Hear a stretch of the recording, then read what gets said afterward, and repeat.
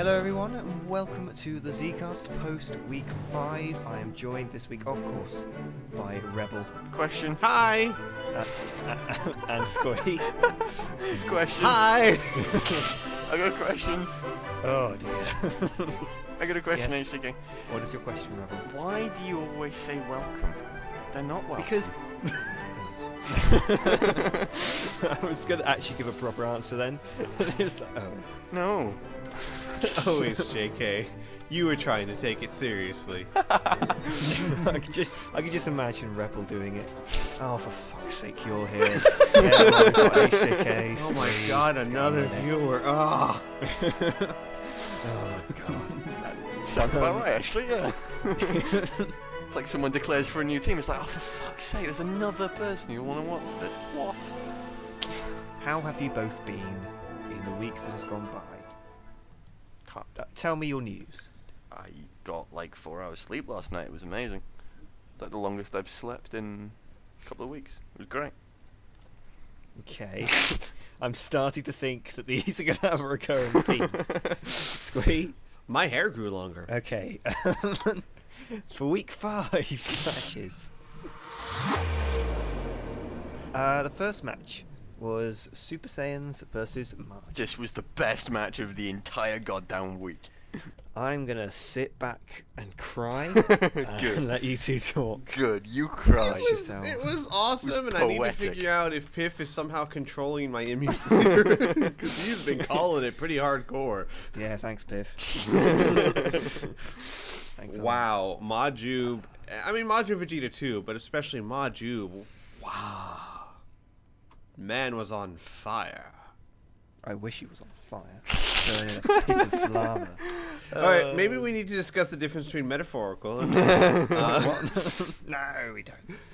No. To be quite honest with you, I think Deborah was the star.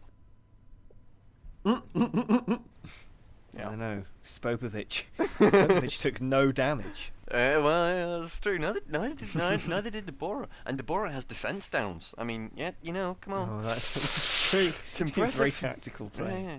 Yeah. He did incredibly well Dude, dodging. yeah, it's actually rare to see a team defeated by just 2 people. It's I fun think though. it might be the first time this season, actually. Yeah, I think so. Off the top of my head, yeah. But yeah, no. This was, and the thing is, the sad part is, this is what we expected from the Majins. 2 seasons ago. No, it isn't. No, it is not what we expected Yeah, it on the is. margins. I refuse to admit I had any sort of potential for I them. don't know yet. I don't know yet if this is because it's just 1 week. This could have Maybe just they been. are. They An were just up awesome week against for an the inferior Majins. team, so it's obvious that was going to Yeah, happen. it might have just been a badass week for the Majins, or it may be the Majins are finally pulling it together, and who knows? We'll have to just wait and see future weeks. But it was fun to watch. Yeah, I mean, double TNAI is a pretty powerful combination. So. You should probably take tips, actually. No. No, will not respond. Will not respond. No, it was a good game. The margin should be very pleased with that. I'd be interested to see, whether this becomes a thing. I'm not sure it will be, because those builds are not hugely different. It seems to be that it was either a breakout week for the margins or just an absolutely abysmal week for the Super Saiyan. Right. Though, I mean, looking at the match, though, it's not like the Super Saiyans. They did derp. They didn't derp too hard. not like I think it was more that Majub was just blazing people down more than his team just not doing anything. I think you could say that if it was a team where, you could only win by doing if you completely outplay the other team. I don't care how well you outplay them. You don't beat them with 2 characters. Doesn't matter what team you are. No, that's true. We were abysmal the whole match, apart from the first 30 seconds. Well, what I'm saying is, I'm not. And like I said, it's not like your team didn't derp. It's true. They weren't in top form. But with the type of offense Majub was throwing out, I mean, no It was one's a going to do combination that of good. both. It was definitely both. Yeah, no because- one's going to do that good against. I mean, he was almost Scouter Vegeta in the pro season that Yeah. day. with the amount of B2s he was sending out. It reminded me of last season. Do you guys remember there was a match last season where Majub actually locked Garlic Jr. down with B2s? Yes. Like Garlic Jr. couldn't move 2 feet without getting another B2 in the face. It was almost like that. Yeah, it was a very good performance. What I'm curious about actually, and I would need to actually go back and watch the match quite closely for this, but I know it's a bit weird. I'm whinging about 2 builds that did phenomenally well, but I don't understand the concept of tension up and high tension on non-androids. I'm sorry, I still don't understand. And I wonder how much of that was genuinely useful and how much of that was just coincidence and the AIs are amazing. Personally, I think if the Margins coach is listening to this, I think Flight and what's that one that just boosts the key by 1 bar? Aura Charge. I think those are probably what you need to look into. Well, here's a question though. I mean, if I remember correctly, because honestly, it's been so rare that someone's used high tension that wasn't an android. It does actually help your charge rate. Does it help your charge rate? Okay. Let me put it this way. You have a base charge. You have a base charge, and then you add tension up. Just does it a bit. Right. So it's not necessarily. I don't know. It just. No, I think high tension actually helps your manual charge rate as well. It's like a lesser version of launch support. Yeah, but the thing is, though, if you're using high tension as a lesser version of launcher support, well, one launch support is cheaper. And the thing with the way tension up and high tension work is they're passive. So you passively gain key back regardless of what it is you're doing. So if you're punching someone, it'll show you getting more key because you're still getting that base key back using high tension or tension up.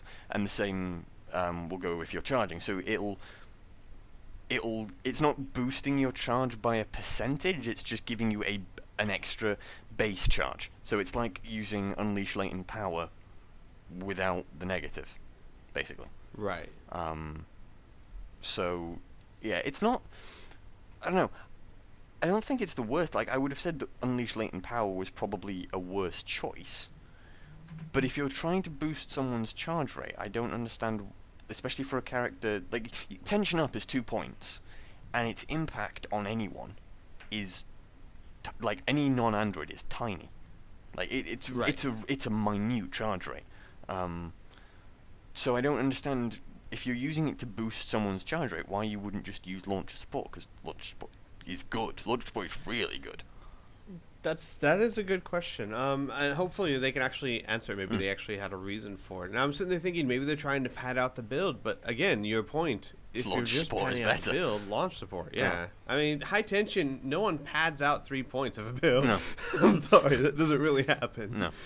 I don't know. I don't know what the reasoning was. And I don't know if that somehow really contributed to the performance, or if it was just, I don't know. That being said, actually, so I'm just looking through the builds. Both the Borat and Spopovich also had launcher support, so that could be part of it.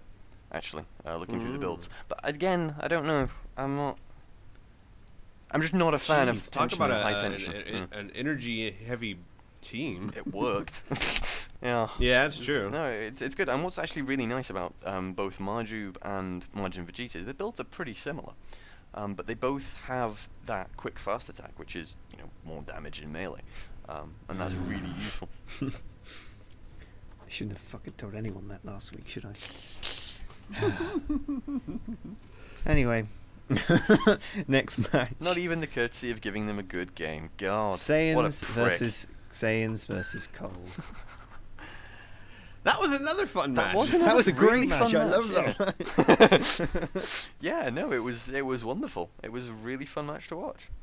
Nappa's still not doing that much. Oh, he won, yeah. but by the time he stepped on the field, it was pretty much done for him. What I enjoyed was Vegeta going ape and actually laying down the law. I'm not going to say that big apes are useless, but it is rare that they do that level of damage. It is. It's rare that they genuinely do a good job. But that's the damage you expect from a human player doing an ape as well. Because right, exactly. Yeah, the AI doesn't usually know how to use it. Vegeta did that this week at least. Vegeta did a good job, yeah. Mm. That's pretty much it. Bardock? Who else was playing? Bardock?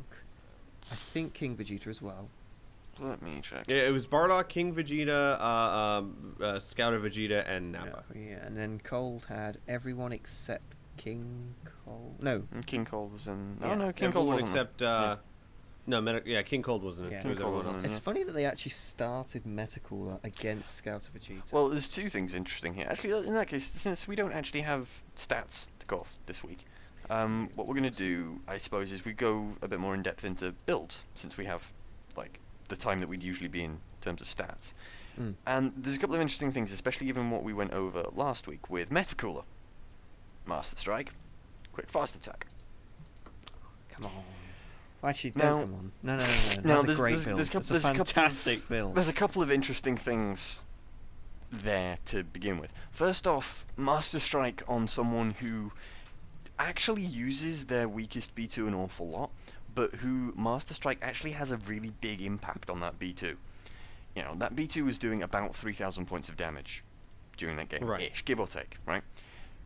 Technically, that should be doing about, like, that was a full hit with no modifiers, except the -2 from Mhm. Master Strike. That B2 should do about 5,000 points of damage. Like, that is it is slightly less great than a trap shooter, except it hits more because it's a more tightly controlled thing. Master Strike on Metacooler generally is a really bad idea.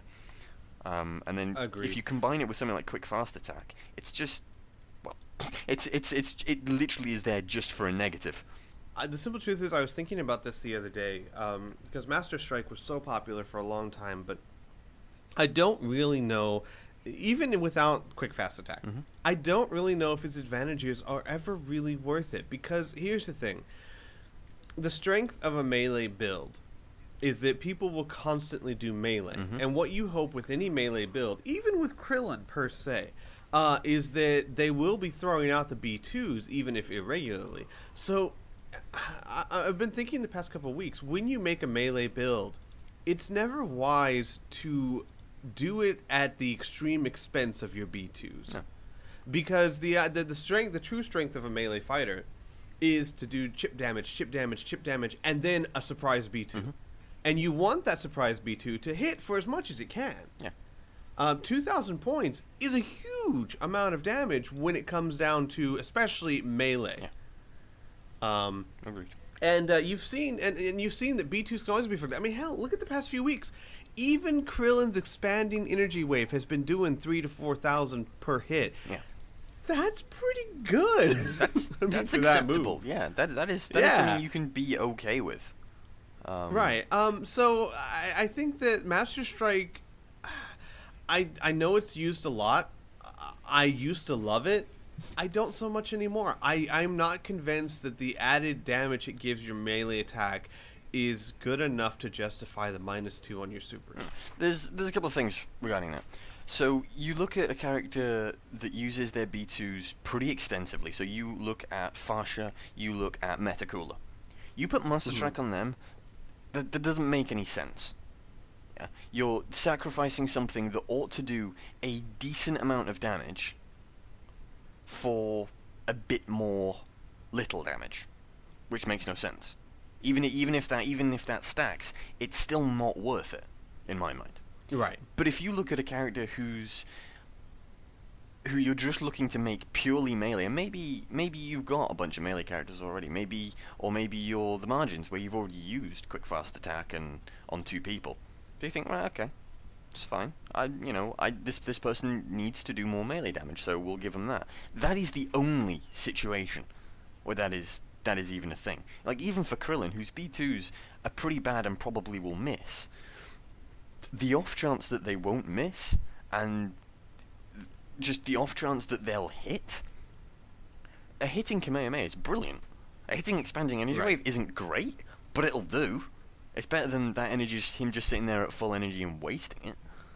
And Right. Master Strike, yeah, it's useful for the boost in damage, but there is very few situations where that boost in damage is enough to justify the negative to supers. Because if you think about the number of times that Metacooler throws out that Finger Blitz barrage, the amount of damage you're losing off there is probably at least half a health bar. You know, just off the top of my head. I mean, I imagine he's thrown out at least 3, and each one of those is losing about 1,500 to 2,000 points of damage. So he's losing about half a health bar in a single game, which is a lot of damage, and you will not be gaining that back in melee. Nowhere near. Not with medical, no. Certainly not with medical, and certainly not when medical dies that quickly. You know, certainly not when he just gets taken out. Yeah, I think that, and I was wondering if maybe I should leave it to later in the Zcast, but I'll go ahead and say it now because I was thinking about this week, and I think that melee builds are far more beneficial than most people give credit for. A lot of people are turned off by melee builds unless you can find a character like Fasha, Krillin, or Tambourine or whatnot. Because it relies too much on chip damage. In fact, I was dealing with my own team this week, and people were saying it relies too much on chip damage. We want those B2s that do the massive damage because, you know, you could be a melee fighter and 3 B2s and you're done. But see, here's something that most people don't realize, or an advantage for melee fighters. Let's take, for instance, a character who is inconsistent. And Rebel, this kind of plays off of what you were saying. In fact, that is what got me thinking about it. Let's take Yamcha. I know we're not dealing with the Earth Defenders, but let's take Yamcha, who, for seasons, that team, he's got good B2s, but he's never been consistent with them. Some weeks he throws them out like candy. Some weeks he treats it like gold at Fort Knox, you know? And everything they do, they've never managed to get him to consistently fire out B2s like Majub. The advantage of a melee build on a character like that is simply this. What is Yamcha going to do that you know he will do? Well, he's going to do melee. Everyone does melee. Every character in the league does a fair amount of melee damage.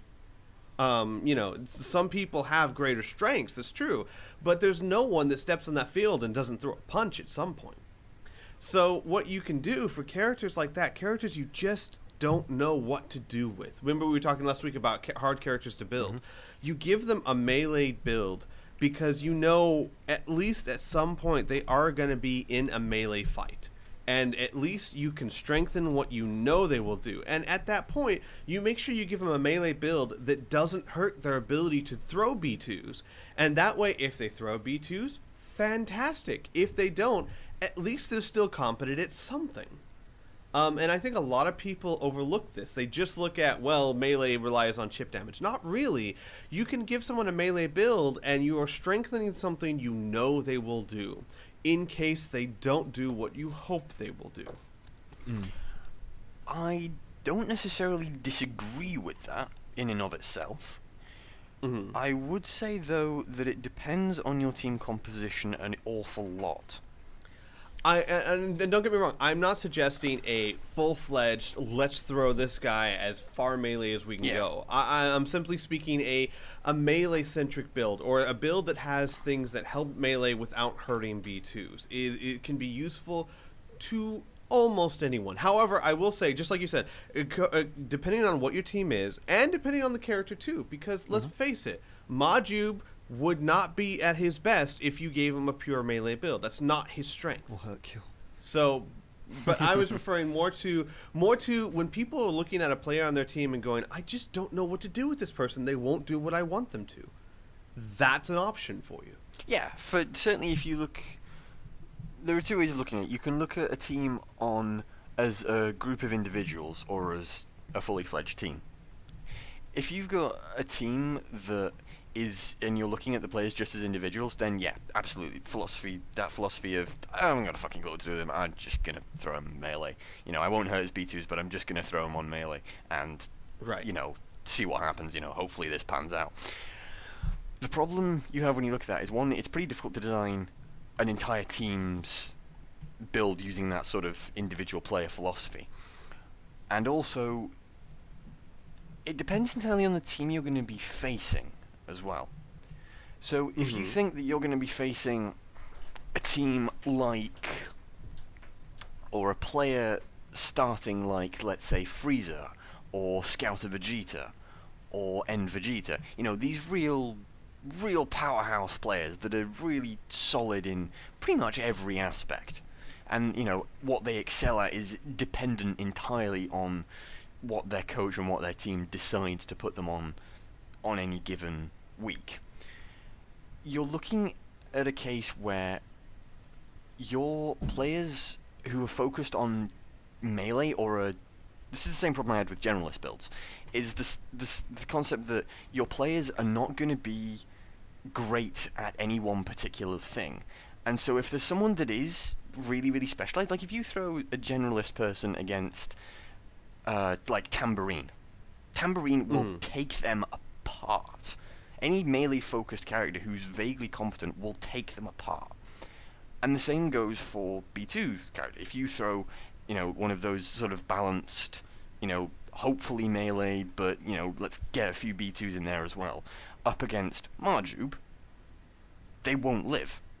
Nothing survives that, pretty much. But if you throw them up against another generalist character, then they've probably got a decent chance, and you're sort of leaving that one up to the RNG. I think there is something to be said when you're saying, let's say we'll do a character a bit more melee focused. We want them to do B2s, but this isn't working so far.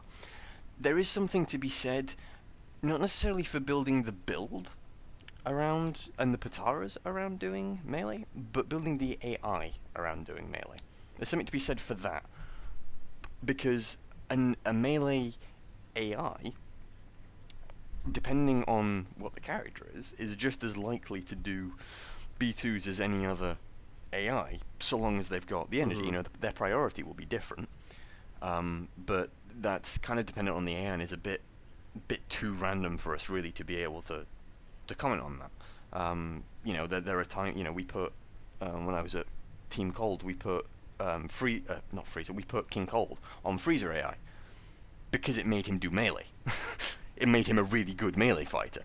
Right. He was, for quite a while in seasons 3 and 4, he was the equal of Farsha and Krillin.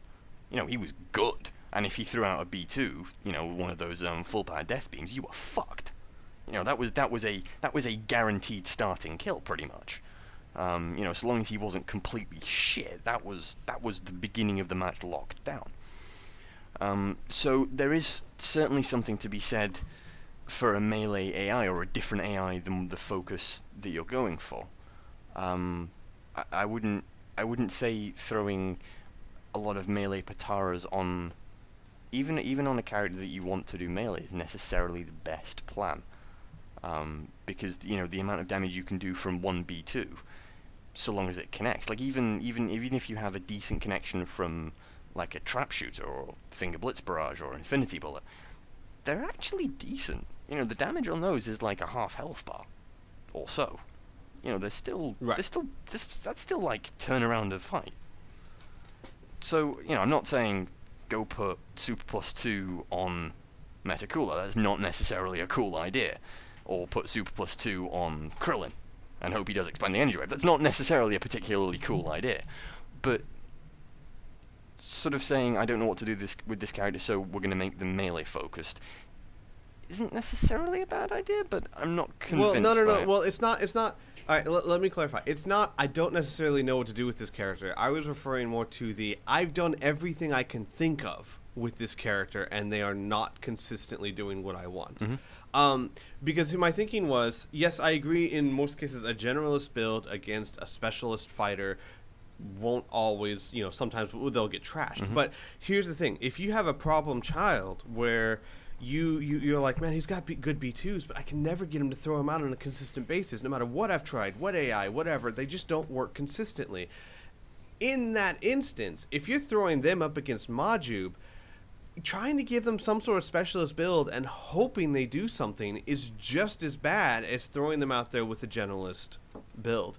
So what I was going to say is, let's say you're throwing them up against Marjube. Okay, in any case, this character is probably not going to do well against Marjube, period. Yeah.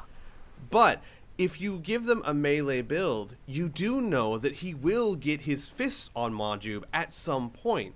And at least that damage, you have, in other words, you have control over that. You know that no matter how bad your character does, even Hercule at some point does melee damage. Mm-hmm. And you can increase that. However, sending that character against Majub and hoping that he throws out B2s, he could maybe not throw out a single B2 before he gets slaughtered. That is a very likely possibility. So, and like I said, this isn't a foolproof thing, but it's more like a, look, if you don't know what to do with this character because you've tried everything, melee is something you can be assured that at some point will happen. Mm-hmm. So that is something within your control to strengthen. Yeah. But I mean, like I said, there's no such thing as a foolproof plan. No. There isn't. It doesn't exist. I will say that there's something that's worthwhile for a lot of teams to consider, and this is something that, again, I've touched on before, is that because characters react to their AIs in different ways based on different AIs, a melee AI is not necessarily melee. A melee AI might be the answer to your B2 problem. Alternatively, a B2 AI might be the answer to your melee problem. Correct. Just because the description of Krillin AI is uses moves that focuses on ki, does not necessarily mean he is going to do your ultimate spammy, wonderful 10,000 point damage move. However, just because Broly AI says that they are, focuses on, rapidly keeping up with the opponent, putting them under pressure, never letting up, does not necessarily mean that is melee. It's generally how things go, but there are instances of characters being put on Broly AI, and you thinking, right, this is someone I want to do melee because they're terrible, their B2s are not very good, and then they just sit there throwing out B2s. So there are instances of that happening, and that's not necessarily a bad thing, and it is something that people need to remember. Right. A perfect example would be, I don't know if you guys remember or not, but Piccolo AI on Videl. Yeah. Piccolo AI is supposed to be a very Counter-heavy. defensive and counter type build. Mm-hmm. You put that AI on Videl, and she turns into Miss Spamalot. Yeah. Not all the time, No, but that's mostly. what she does with that AI. And so you're absolutely right. We wish partly we do, but we also kind of like the randomness of it. I do wish that AIs were more consistent with different people, but the simple truth is, you just got to try it and see what happens. So when people say, this is why I'm always slightly skeptical when people say, I've tried everything, you have not ever had, there haven't been enough seasons, full stop, for you to consistently try every AI for a reasonable amount of time on people. It's just not feasible to begin with, in terms of getting a team together and building a team and trying to win shit. It's not feasible. There are times that you just have to make changes. But when people say, I've tried absolutely everything and this just doesn't work, it's not feasible, it's not true. There are other things you could try, whether or not they're a good idea, whether or not they actually work. Putting Broly AI on and saying, I want this person to do B2s, is a risk. It's more risky than putting Broly AI on someone and saying, I want them to do melee, certainly. Right. But it's not necessarily not going to happen. I know what you mean. So, it's a remarkably unhelpful thing for me to say, would- I'm aware, but it is true. I would, and I think that I'll remind people this at the end of the season. I would task people in the off season to try AIs you've never thought of before on your characters, because it's absolutely true. Just because Gohan AI, no one likes to use Gohan AI, but just because Gohan AI is bad for a lot of the characters we've seen it put on, doesn't mean it's not going to be the perfect solution for your guy. No, absolutely. I mean, I can't remember who it was. It might have been Bojack, actually, as I recall. Well, a few times Bojack did that, and with Savior on, Bojack tagged in and just started wrecking face. Like that was that was a series of matches where Bojack did like 3 ultimates and then trashed people. Yeah. This was like a super +2, really hefty damage build, which suddenly vanished, and I don't know why. I don't know why it vanished. I'm sure there was a reason for it, but I don't remember off the top of my head what it was. I just remember it being, oh my god, Bojack's amazing, and then suddenly, oh right, Bojack, yeah, he's a thing. Yeah. So, on to the third match. Oh yeah, that thing. The that third thing we did. match is Boo versus Rugrats. I like that match. I thought that was a very good win by the Rugrats. We Yeah, it was saw good. Super It Saiyan was 4 brilliant. Goku. He turned up early. He doesn't like waiting for the gauntlet. He didn't do anything. He killed Evil Boo. Okay, that's enough. And we did see the advantage of a Gotenks without 2 bars missing from Halo. Yes, true. Indeed. And even Chi-Chi, it was hilarious because we were talking about how bad Chi-Chi was while she was beating the crap out of the final opponent. Well, Yeah. Chi-Chi is still a bit of a Hilarious. risk. So She is. She's definitely their weakest player, but she had a good show that day. yeah. Old Dragon Ball Warriors are risks. Looking at you, Dragon Ball Warriors. It's true. Yeah, I know, right? But no, it was a really good performance. I think that the Boos did well. In fact, a notable thing was, and I'm with Piff when I went back and watched that video. Dear God, the melee damage on Evil Boo Yeah. was insane. That guy was breaking down cell walls with his punches. That pretty much has the most attack Pataras you can have. Attack +2 serious, Master Strike, exquisite skill, all those things. Mm-hmm. But yeah, no, it was a good show on both sides. I think that I really think that the Rugrats need to keep Gotenks. For whatever reason, he is working for you this season. He really is. Agreed.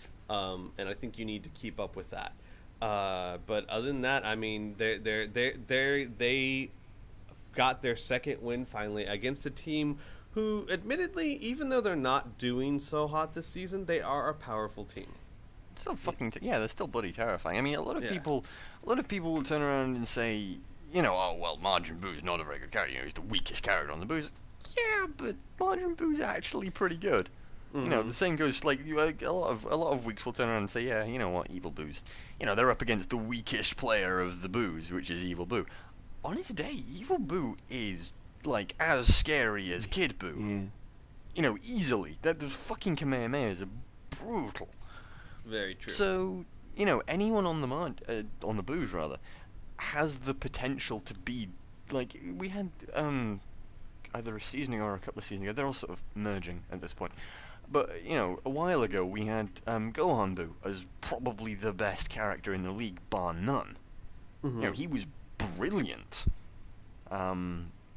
So, I think the only character we can't say is particularly good is Oob.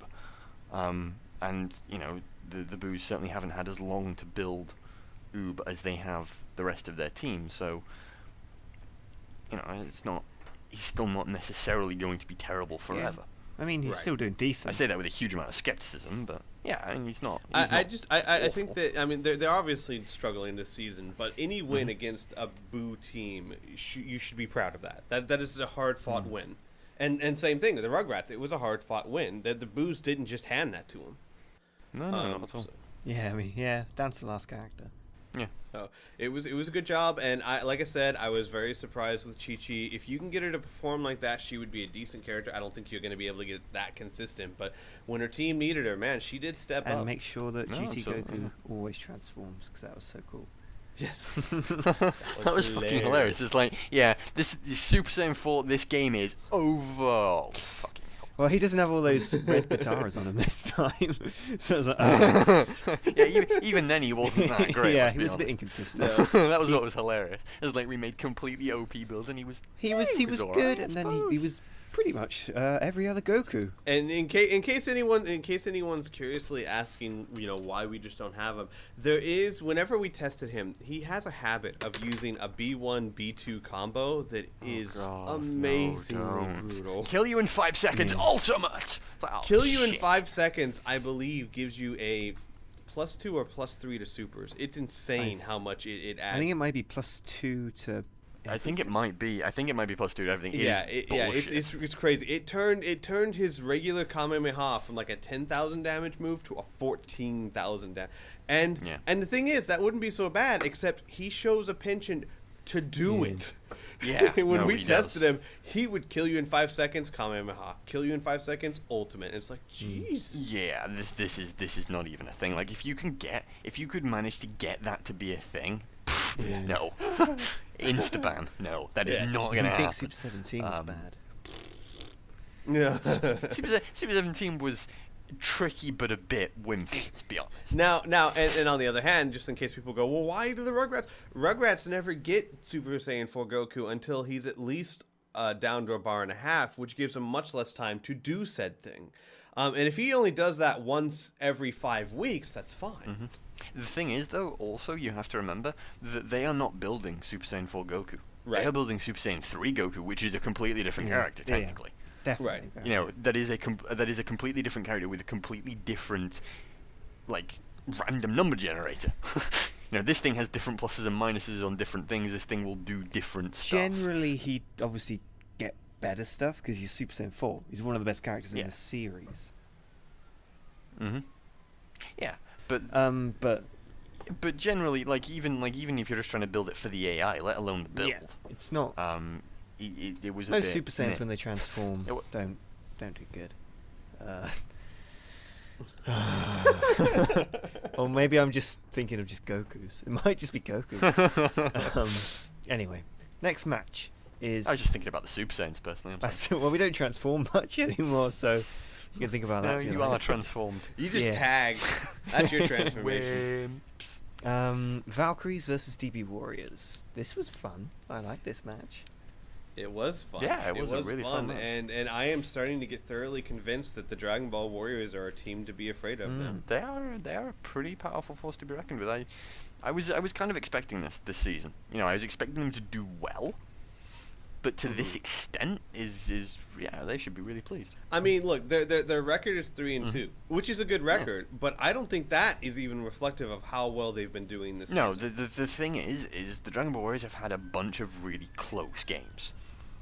You know, their two losses, Cold and the Super Saiyans. Well, Super Saiyans, they nearly beat, but the Super Saiyans did a fuck ton of tagging. And Cold, they nearly beat. But either Right. Cold did lots of transforming or did lots of tagging as well. And the Dragon Ball Warriors just didn't have that look, luck. and so. look at who they've been facing so far this season. Cold, Super Saiyans, the Valkyries. I don't remember the other teams, but Boo. they've been taking on some of the most some of the most powerful opponents in the league in Margins. the first 5 weeks. Mm-hmm. Which means that their weaker opponents are still yet to come. Which means we could see their scoreboard skyrocket if they keep this up. I mean, let's look at the Dragon Ball Warriors start, right? Boo, Super Saiyans, Margins, Cold, and now Valkyries. Those are 5 of some of the best and most dangerous teams in the entire league. Certainly just through potential. And they're 3-2. And they're 3-2. They've won more of those games than they've lost. And not to mention that there hasn't been a single slaughter against them. Yeah. Every single game has been a close call or an utter defeat for the other team. Yeah, absolutely. So I'm starting to get convinced that the Dragon Ball Warriors have, I guess you could say, finally arrived. They are a team to be feared now. Agreed. I mean, you could say they're the stronger teams. They fought their stronger teams. They're a testament to the fact that pretty much every team now, bar 1 or 2, are forces to be reckoned with. You can't go into almost any Right, match that's now true. going, yeah, that's fine. We'll be fine there. Don't worry. No, agreed. Absolutely. It's gotten to the point now where you're a bit nervous for every single match, which is good. Yeah, no, How it absolutely. should be. You should be. Yeah, I think Dragon Ball Warriors ought to be really proud. And yeah, they're definitely building a scary team for a lot of people. Because I mean, what do you counter? How do you counter them? What can you actually do to counter what the Dragon Ball Warriors have? Well, just have a better, well-rounded team, which is a lot more difficult said than a lot easier said than done. It's really, really tricky. Hope Nam's tagged out, which was my strategy. Yeah, just keep your fingers crossed and hope. Yeah. Which is a scary thing for a lot of teams. I do not see them having a bad season. To be perfectly frank with you, I would not be surprised to see them go North Kai this season. There are quite a few teams that could this season. To be Yeah. fair, I can I see mean, that. in terms of overall performance, I think Dragon Ball is probably they're certainly up there at the minute. And unless we see a dramatic turnaround in other teams this season, I think they'll probably be among the top 4. yes. How weird though. a team that we weird. said, do we need to buff these guys? Yeah. Do we need to do Team that something has a about natural, this?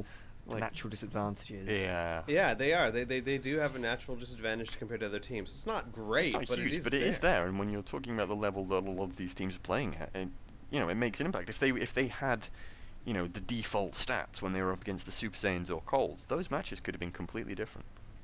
Just that little extra percentage or two, non-disadvantage could have been, the deciding factor in that. So yeah. That's pretty much what we saw last couple of seasons. Yeah. No, agreed. It's always been close. Yeah. Mm. And the Valkyries, I mean, they've lost their winning streak, which Mhm. hurts, I can imagine. But I think you can do more than Other than imagine, mate. other than that, they shouldn't. I doubt they're feeling that Nah. bad about it. No. It's still Form 1, still winning the top 3. No, the Valkyries Time Right. weren't necessarily expecting to win that match. To be perfectly honest with Exactly, you, I yeah. think anybody going up into Dragon Ball Warriors right now has to, at the very least, prepare for the likelihood of them losing. I don't even think it's a possibility. I think it's probably a likelihood at this point. And also, just in terms of like the team, the Dragon Ball Warriors, whilst they do have weaker links, they don't really have any one player that you would turn around and say this player is crap. Whereas the Valkyries are still sort of trying to fight through having a couple of not ideal players. Well, in terms of 18. say- What the hell yeah, did 18 18's do? now not doing all that well, which is weird to be saying. Yeah, I honestly I don't know if there's some sort of AI change, but I don't think there is. She just doesn't. She doesn't throw out her Yeah. ultimates like she used to. She's not quite performing in the melee like she used to.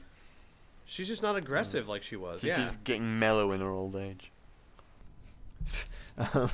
Rusting. Yeah, it's really really weird, and it's got to be a huge point of concern for the Valkyries. They are a solid team, but once a team that are that good start getting those weak links, that's a huge problem for them. They start being no longer that one of the most powerful teams in the league. Once even if you just have a couple of players Right. suddenly drop off, that is losses right there. That's games that you aren't going to be winning. So they really need to look at 18 quite seriously. And interesting, I was looking at her AI, and I looked down a bit. If we look at Fasha's AI, it's actually Gohan AI. Well, that proves my point that I Yeah. was talking about earlier. Thank you, HJK. I Exactly. appreciate I that. just thought I'd mention that. But yeah, you got TNAI for 18, Swell. and as Squeeze said, that we haven't seen an ultimate in what, like A 3 while. seasons. No, last season. No, yeah. it's rare to see it from her now, which is really sad Mhm. because that was Yeah. her thing. That was her MO. Step on the Yep, field, absolutely. throw an Exactly. ultimate. Do what was it, unyielding spirit or whatever it Mhm. is she has. Yeah. Throw an Yeah, ultimate. it's disappointing. I mean, saying that, they are still 4 They are still 4-1, and Yes, which they is are. kind of more scary. yeah, and they didn't get absolutely trounced from memory. It wasn't. I They don't think did. so. I don't think at any point they were going to win, but it wasn't awful for them. The next match was Ginyu Force versus Muscle. What a turnaround from Poor last Muscle. week. Poor Muscle. I feel bad for Muscle. Fucking Raccoon. That was Man. amazing. Yeah. I loved it. Yeah. And Muscle is, it should be pointed out, especially given their performance last season. Muscle is actually doing really well. Their ranking is fantastic. I think they're 3-2 right now. 3-2. Yeah, they are. Yeah, they're 3-2. I mean, for a team that has problems in Master Roshi and Garlic Jr., their win record is respectable. They are a decent team this season. So for the Ginyu Force to have a performance like they had last week, and then turn around and have a performance like that this week, Yeah. no one saw that coming. No, definitely not. I will say, regarding Muscle and their performance, I think I probably said this last week. I'm just gonna be a broken record, okay? You can just play bits back from the other weeks if you want. I don't really mind. It's cool. I am going to be playing some sort of like some sort of sound effect. Yeah, it's like Rebels repeating himself yet again. At some point, someone will pay attention, I'm sure. Maybe. But what's really, as I said, I said this last week. Muscle is still at the stage of their season where they're going to be going into it in the next few weeks, where they're getting to the point where they're going to be starting to face the more powerful teams of this season. Yeah, and as I said last week I said, 3-1 is a great record to have, and you should be happy with that. Again, 3-2 is still a good record to have, and you should be pleased with that. However, you have not faced the more powerful teams of this season. Muscle, I don't think Muscle haven't played the Valkyries, and they haven't played Dragon Ball Warriors, or the Saiyans. I don't think, actually. I don't think, off the top of my head, they haven't. I could be wrong about that. The strongest team, obviously this is very opinionated, the strongest team they faced is Gohan's. Yeah, agreed. The next is Namek. Yeah, definitely. But the thing is, okay, so there are two things. First off, they haven't faced the Super Saiyans. They haven't faced the Blaze, I think that's next week. They haven't faced the Valkyries, and they haven't faced the Margins, right? There are 4 teams right there that are, in my opinion, are much, much better than them. Then you look at their actual division and you say, right, they have 3 divisional matches. All 3 of those games, I could quite easily see Muscle losing. Muscle against Saiyans, I think, is going to be close. I do not see them beating Dragon Ball Warriors, and I don't see them beating the Valkyries. Muscle's season, we might be, a third of the way through the season at this point? Yes. Yeah. We A might third. be Well, in that stage, but the problem is, any single team right now, there is no single team that is safe. There is no single team that is looking at such a huge advantage in their division that they can say, right, we can afford to drop a couple of matches here or there. Right. No. Even Everyone... last season, you had like 5 teams going 5-0, 6-0, where they could say, you know what, closest to us has got 3 wins. We can drop a match or 2 here and there. Let's not take it easy, but let's do things we wouldn't necessarily have done otherwise. This season, no team can do that. Dropping matches at this stage of the season, and picking up matches, more importantly, for a lot of teams like, a lot of the lower down teams, picking up matches is going to have a massive impact this season compared to how it was last season. And I think that there are a few teams, not a lot, but a few teams this season have had a really nice start in terms of the games that they've played, in terms of where their team is compared to the teams that they've faced, and I think that those teams haven't been properly tested yet, and a lot of those teams with their records are not as good as they should be or would have hoped, and I think those teams, Muscle are among them, are gonna suffer for it. I could be wrong. It Right. could be they'll break out against the supposedly better teams, and we've seen it in seasons past where we say this is foregone conclusion, and it hasn't been. Certainly, I mean, we Seasons did past, Majins versus Super Saiyans. it. No, thanks, Squee, for Hey, anything that. I can do for a pal. no, absolutely. I mean, it applies to this season as well. Ginyu versus Muscle. I mean, come on. Right. I thought Ginyu was dead completely. I loved watching that match. It was great.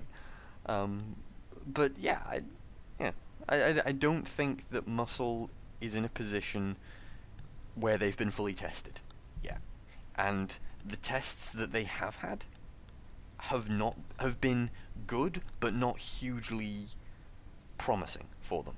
There's been elements where they've been really, really good, but I don't think they've come up against their strongest tests, and I think they're gonna struggle a lot. Now against this is a good time to we encourage the teams and their coaches to use the response thread, and Team Muscle actually did put up something in the response thread, and so we want to be able to give voice to that. They do bring up a good point. We were talking about 13 last week, how 13 really wasn't the 13 he used to be.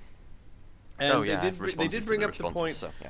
They did bring up the point that so far this season he hasn't had much of a chance. Most of the matches this season, he's been coming out and touching the field against someone who only has 1 or 2 bars of health. Meaning that 13 hasn't, except for 1 or 2 matches, he hasn't had any substantial time on the field because he's been their cleanup guy. And the few times that he was on the field, he ate some big moves and just had some bad days. So it is true that while 13 hasn't been impressive that season, he hasn't really been on the field a lot yet.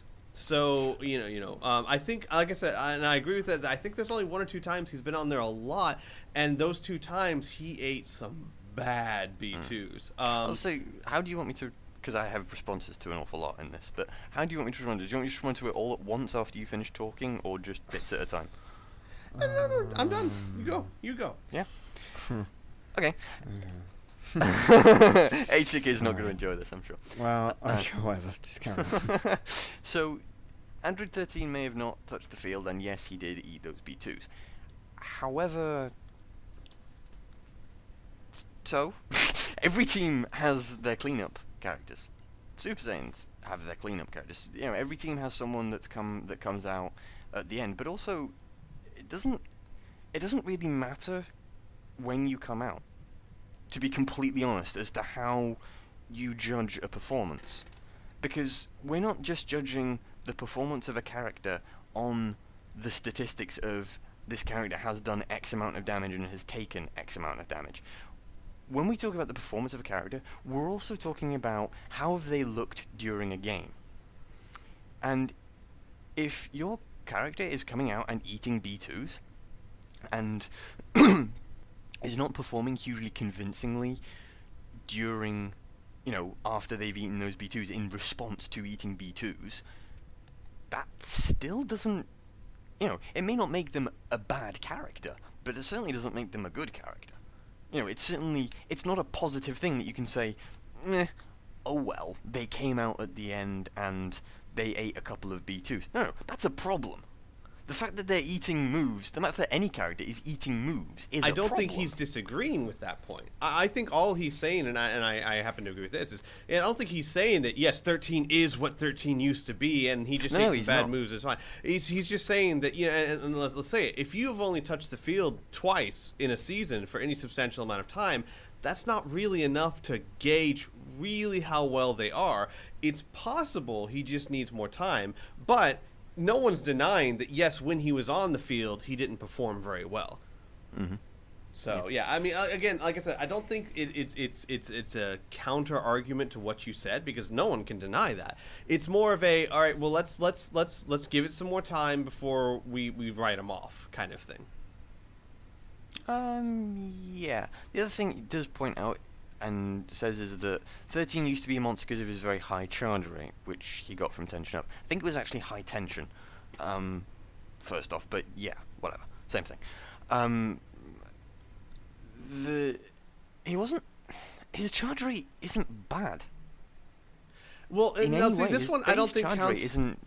I don't think this counts because we're not talking about Season 3 Android 13. We're talking about Season 4 Android 13, who was still incredibly impressive. Yeah, he was incredibly amazing, and as far as I'm aware, he still went...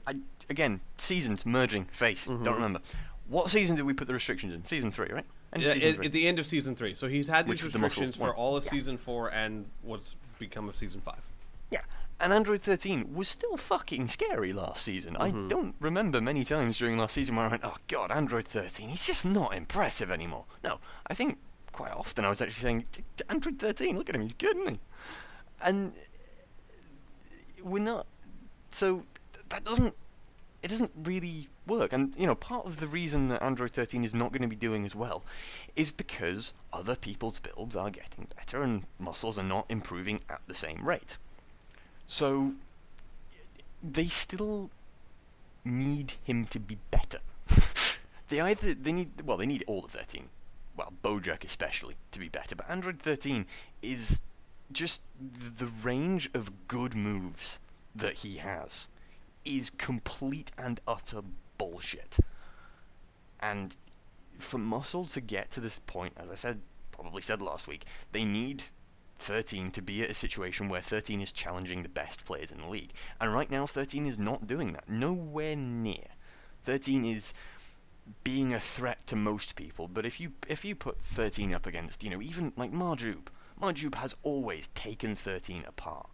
If you put, 13 against someone like maybe even Frieza or Vegeta, who are good players, but if you do a substantial amount of damage, they go. A substantial amount of damage to them, and they usually sort of tail off a bit. Android 13 is not in that situation at the minute, and has not been since probably mid to late Season 4, I think. Probably late Season 4. and onwards, he's not been in that, and that is because teams are getting better and teams are making better builds. I don't think that 13 needs to get back up to where he was before, because if you're looking at like we said, Team Muscle has been respectable this season. They're 3-2.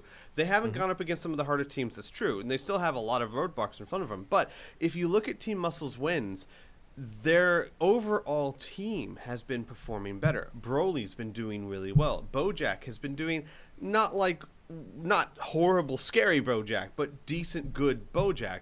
Garlic Jr.'s doing stuff. Roshi's doing stuff. So they don't need to get 13 back up to monster tambourine type levels. They just need to get him good enough. Because look at the Valkyries. The Valkyries don't have a super killer this season, yet they're 4-1.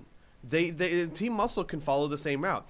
All of their players are doing adequate. They just need to push them a little bit further, and they will be a top competitor.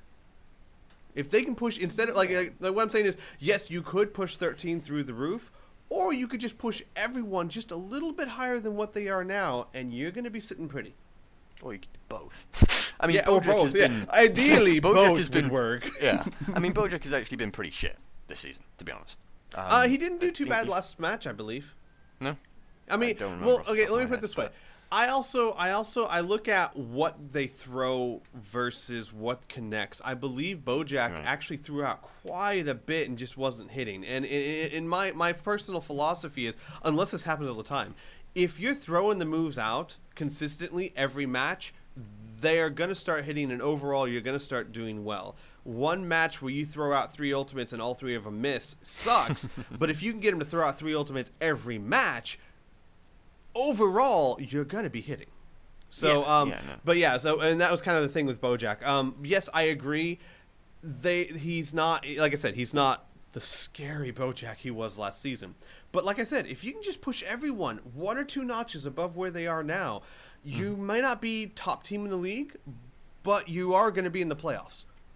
Hands down. Yeah, you definitely will be in the playoffs. I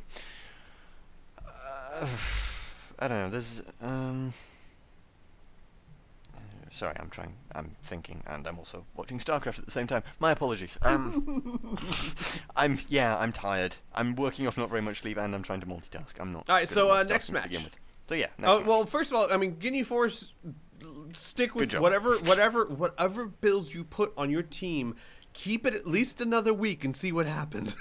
Yeah. I mean, yeah. Well, I mean, that was a match don't, worthwhile hoping that it Yeah, don't feel bad. replicates. I mean, don't feel like you can't tweak anything. But whatever you did, it worked this week. Mm-hmm. Hope it can keep up. Anyway, next match is Gohans versus Androids. Oh, what a match that was! That was brilliant. Yeah. Both of those teams are really doing well, and it's really fun to watch 2 teams that are doing well go up against each other and actually perform up to standards. I mean, it's also fun to watch 2 teams that are doing well and one of them just completely derps and gets slaughtered. Yeah. No, But to me, I mean, this was a fight. It was back and forth. You had no idea who was going to win until that last moment. It was great. I like the fact it was kind of show friendly. It's historical. It actually happened. It was so I know, cool. right? Yeah, Gohan versus Android 17 in a wrecked Yeah. town against an ultimate. That was good that times. was cool. I was kind of happy as well because Future Gohan was in my fantasy team. he was doing really well. 17, you know, it's weird. 17, it's like every other week. One week he's incredibly damaging and impressive, and the next week he's okay. And then the next week he's incredibly damaging and impressive, and the next week he's okay. Yeah. Gotta keep your fingers crossed that you don't get him on the week that he's fucking terrifying. Right? Exactly. Yeah. Cell did really well too. Cell did great. He did a fair amount of life drain. It went perfect. I mean, probably exactly what androids were hoping for. No, Ader absolutely. wasn't that bad. I mean, no one on their team did bad. I mean, hell, Giro sucked up a P2. It was awesome. Yeah. I think he I actually mean, went up to, I like halfway to max power with that actually. I really enjoy matches where you can look at it and say neither of these teams derped. Both of these teams did really well, and just one came out on top. And that's exactly what you saw with that match. No, definitely. It was I do have a PM from the coach of the androids. After we said last week you can tell us stuff that you think we'll talk about in the match, and he sent me something saying this. He said, I'd like to comment on the match and say that after this week I will be looking into changing a few things for 20. 17 got outplayed, and that happens sometimes, especially against monsters like Future Gohan. Android 20, however, after a season of being very consistent and reliable, seems to be unable to perform on the same build used previously. Even the AI, which has always been good on it, seems to be derping constantly. Cell I am very, very happy with, but I expect this week to be just a flash in the pan, and it will continue with the mediocrity seen in previous weeks this season until I find a good AI/build for it. That's a pretty. That's not an unrealistic expectation. I can't say anything about that and disagree with it in any way. To which I'm very disappointed. You're a terrible person for being a good coach. What are you doing agreeing with Rebel? What is wrong with you? Get out! It's like, but Rebel agreed with me. No! No! Yeah. No. Everybody else does the agreeing with me. I don't agree with him. It's like, I'm sorry, I don't think you know how this works. No, actually, what I enjoyed about that is it was not only a decent assessment, it was a very honest assessment. I enjoy coaches, and I mean, I think most coaches have the ability to do this, but I really do enjoy when coaches can look at their team and realize your faults and be open about it and say, look, this is what our faults are. Because let's face it, if you can't do that, I mean, I think every coach does that. Just some coaches are more definitive. Like, okay, I'll be completely 100% honest here. When I was a coach for the Earth Defenders, I could see my team's faults, but I was really defensive about my team. Like, no, we got these strengths and that strength. So it is good to be able to say, you know what? Look, my team's got serious problems, and here's what they are. Yeah, no, You know, absolutely. that was a good, honest assessment, I think. Mm-hmm. Yes, thank you, Gray, for your input. We appreciate it. The next match was Namek versus Earth Defenders. Well, I'll go into this one saying that, okay, the Namekians have been doing so well that even our team, even Earth Defenders, we were sitting there going, look, guys, if we lose this, let's not get depressed about it because holy crap, the Nameks are doing well. Yeah. And I think that we did exactly that. We lost it, and it was a convincing win for the Namekians. I will say that there was some shining bits of information Earth Defenders took away from it. I mean, they could have, and they definitely did. First of all, Krillin. Krillin stood up to Tambourine at his own game and was completely level with him. I mean, number one player in the league, Krillin was going toe-to-toe with in the same fighting style with pretty much the same build and did exactly the same. And I don't think either of them were derping. I think that Krillin was just fighting on his level, which if the Earth Defenders can keep that up, fantastic. Yeah. They did go from taking Krillin to basically they switched philosophies of Krillin was all melee damage. Right. He was as high melee damage as you can go, attack +2, Master Strike, everything you can put on to increase your melee damage. They went from that to decent melee damage, but as high defense as you can possibly go. Yeah. And obviously that worked well for them this week. We'll have to see if it works again. Goku, one of those things, like I was just saying, they tried a new build on him, which was to try and take advantage of his 6 Blast 1 stocks to use his Now I'm Mad. And that's exactly what he did. Now, he missed all 3 times, but he's not going to miss all 3 times every match. He will hit eventually. And in other words, if you can get mid-level Goku to hit the field with Savior, throw out a B2 or an Ultimate, use Now I'm Mad within the next 2 minutes, throw out another B2 or Ultimate, and use Now I'm Mad again within the next 2 minutes, and throw out a B2 and Ultimate. If you can get him to do that consistently, he will be a fantastic player. Yeah, he'll be alright. He won't be quite what Teen Gohan was back in the day, simply because his ultimate is not Teen Gohan's ultimate. Really? Are you sure? No, I'm positive. I'm pretty sure it's exactly the same ultimate. No, absolutely. it's not. No, but I mean, but if they can get, and so I think that Earth Defenders, like, honestly, if you looked at our forums, we weren't too depressed because it was like, okay, it's the Namekians, they were great, I think you went into it expecting to lose, didn't you? Yeah, pretty much. Yeah. But they went, but we went away with that going, okay, you know what? But here's a nice building block. Let's see if we can keep Krillin doing this. Let's see if we can keep Goku doing this. And if we can, you have a much powerful team, much more powerful. So, but other than that, I mean, the Namekians were top form again. They were really, really good. Yeah, no, the Namekians were very, very impressive. It's true. There we go. Very consistent. I like it. Good old Namex. Don't have anything else to say about that, really. I mean, it's you can't give them any more compliments than They were a bit okay. than my opinion. But well, whatever. The next match was Blades versus Duck. Actually, I'm confused about something. You can't God. give them a higher compliment than something completely irrelevant? That's not true. No. HJK can't give them a compliment higher than something completely irrelevant. Oh, right. Okay. Thank you, Squeak. Thank you for the clarification. That's what I'm here for. I feel like I'm being ganged up on. I don't know why you'd get that impression. It's funny because it's true. No. The next match is Blades versus Duck. I'm enjoying it. But yeah, Blades versus Derp was a fun match. I think it's a bit of another sign that Derp is Slipping. yeah, slipping's probably the best word. Yeah. Let's put a fine point on it. Slipping. They're not as good as they used to be. They're getting old. Yeah, they're getting old too. Yeah. Need to talk to 18 about that. Someone slipped an aging pill here. Yeah, it's Yeah. It's sad too because Hercule's been better than he's ever been before. If the rest of his team could keep up, he's like a fine wine. Yeah, the improves rest of with the age. league can keep up with Hercule. Jesus. well, I mean, let's be honest. I mean, we always joke, Hercule's turned into the new Chuck Norris, but in all honesty, Hercule has been better this season than he Hercule's fantastic. really. I mean, he's been more. Let's put it this way: he's been more consistent this season. Oh, certainly. He's been going up against matches and actually holding his own consistently. Yeah. If you could get Dodoria and Supreme Kai and 19 to do what they used to do last season, yep. Salsa, I think, is still performing well, despite what my co-host said. Salsa is still a really good character and has been doing decent this season. But I think honestly, it's Supreme Kai doing nothing.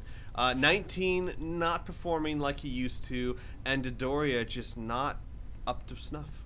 Yeah, no, Dodoria's certainly nowhere near as good as he used to be last season. I mean, have they changed his build from a tank or something? Don't think so. Not off the top of my head.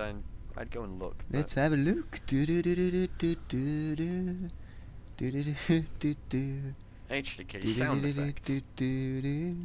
Yeah, well, kind of. They still got Eternal Life, and they got Sirius, Light Body, and Fighting Spirit. With Trunks AI. Interesting build. Yeah, it is an interesting build. I honestly, I don't know. I think that hopefully it's just a slump for them. I mean, we've seen Derp do really, really well. And it's just kind of sad that once the other underdog team is doing amazingly, they start slipping. Yeah, I think it's another case for a lot of teams, and broken fucking record, that they are slipping. Yeah, last season Derp had a set of builds, and it was a set of builds. They weren't changing very much. These were builds that worked, that did a good job, and that were, they performed solidly.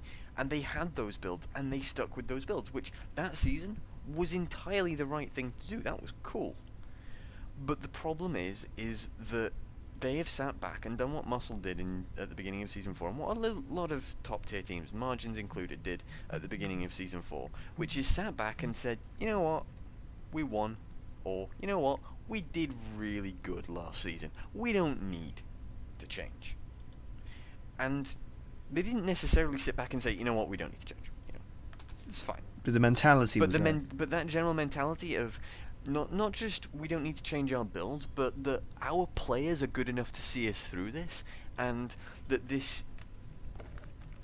teams tend to be, from what I can see, very scared to try new things, which is not necessarily a bad thing or a bad mentality to have, but it's hugely limiting on players that aren't performing very well. Teams tend to be really afraid to say, you know what, here's someone we've had on Melee since the beginning of time.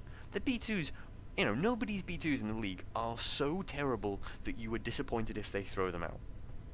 There are people who have got really good Melee. There are people Actually, who've got... TN. What? I've disappointed God's a lot of sakes. times when TN throws out his AI. What? Don't be silly. Oh yeah, that was it. That was something I wanted to say to you, Squee, about TN, which was really interesting. I saw a comment. It might have been on the Zcast. I don't remember where it was on. It might have been on the last Zcast. I think it was on the last Zcast. It's probably on the last Zcast. I can't give credit to whoever said it because I'm lazy and I can't be bothered going back and clicking through and trying to find it. But there was a person in the comments, and if you're interested, you can go and find out who that person was. I'm interested. Go and find out who that person was and tell me then. Okay. Who said that... Actually, I better ask you first. How did you test TN? Did you do the testing for TN's ultimate just yourself firing it against an opposing character? Right. The testing was basically just it went to what, 1-person, 2-person match, 1P versus 2P, and then just tried it with normal builds and just did boom, boom, boom, boom, boom. Yeah. Then tried it with the pluses and did boom, boom, boom, boom, boom. Okay. Did you have AI on for the opposing player? No. Right. So when you were firing off the B2, you hit initially, and the person hits the floor. Yeah. Right. Then you hit them again with the B2 before they get up, half damage. So what the person was saying, and I think they're probably right, is that the Tien's ultimate is actually 5,000 per hit, rather than 5,000 for the initial one and 2,500, 3,000 for the next ones, which doesn't necessarily make it good, but it doesn't necessarily make it terrible. I might have either. to do more testing on it. I don't think that's the case per se, because I would launch them out fast enough that I think pretty much every successive hit they were either on the ground and it was still doing about the same. But that's a very good point to make. I didn't test it with AI because I thought I didn't want to be unfair. I didn't want to actually have an AI test or anything like that. Yeah. I was just testing a specific move. But even I was thinking about that too. The problem was I was throwing them out like this. Right, yeah. As fast as I could, whereas the computer actually waits a little bit. No, it does, yeah. It might need more testing, and it might be a better ultimate than I originally thought. But not by and if much. that's the case, it's still. But see, the thing is that if we could get it to work like that, fantastic. But 9 times out of 10, he'll throw out one, hit him for 5,000 points, take 2,000 points of damage, and stop. No, agreed. I just thought it was something that I meant to remember. And It is. mention. It's something interesting. It's was- definitely something interesting that's worth taking a look at. But yeah, so what was I saying something about people and their B2s. So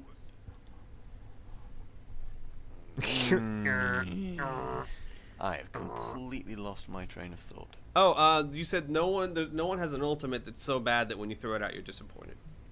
Yeah, no one has B2s that... Yeah, there we go. That was it. No one has supers that when you throw them out, they're not good. And a lot of teams are afraid to sort of... They say, right, well, this person has been amazing. This person was, one of the scariest players in the league with Melee, or one of the scariest players in the league with B2s. Well, they're not doing it anymore. But they should, and this is what we want them to do, and they should do what we want them to do because we're the coaches. And there's a lack of experimentation going on in terms of... Even just for a couple of weeks, saying, you know what, fuck it. Come on, let's just put them on a Melee, or let's put them on what they didn't do before, or let's switch the AI dramatically. Yeah, so from one of your Tien or Krillin AIs to one of your Broly, Trunks, Majin Buu AIs. It's not a blanket statement saying no team does this, and it's not a blanket statement saying that there are some teams that refuse to do this. It's just the general mentality, and it's not necessarily an incorrect mentality, it's just occasionally not helpful.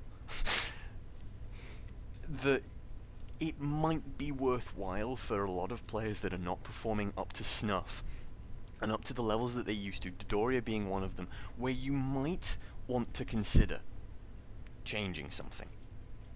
Right. If you're saying, okay, this person has been on the same build for the past 8 weeks, if you include the preseason, on the past 8 weeks, and they have been consistently performing shit, or nowhere near as good as they used to. Well, one, what the fuck are you doing? And two, might be time to change things around dramatically. If you've made even little changes to the build, saying, maybe change the AI to something sort of similar in the hopes that it makes a big difference, or changing a few Pataras around, that sort of thing. That's not the kind of dramatic change that might actually not only throw your opponent off, but also make a genuinely big impact to your character and how your overall team performs, because it frees up options for other players as well. It's true. No, it's not true that they haven't tried any changes at all, because I've been looking at their final builds. No.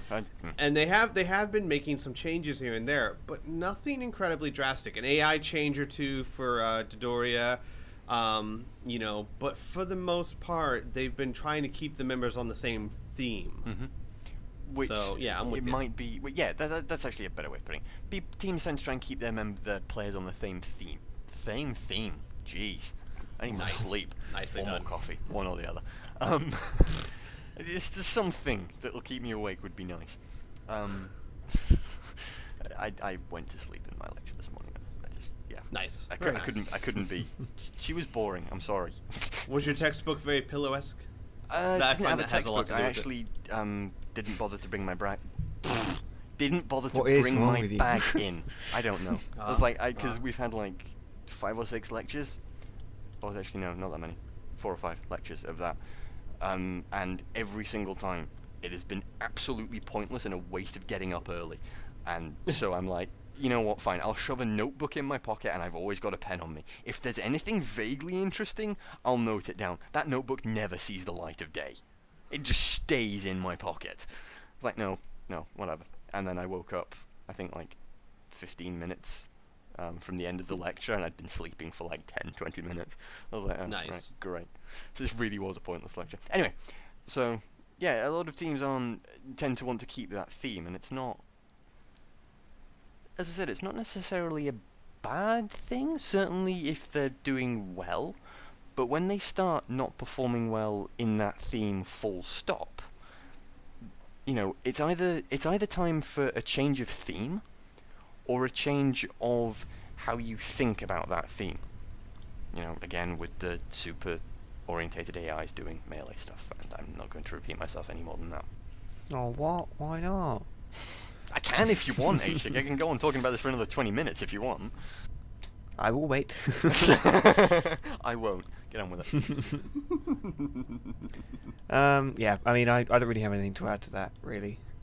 I agree. I mean, if you look at the other side, the Blades, they've done exactly what you said they should do. They've been very experimental with their builds.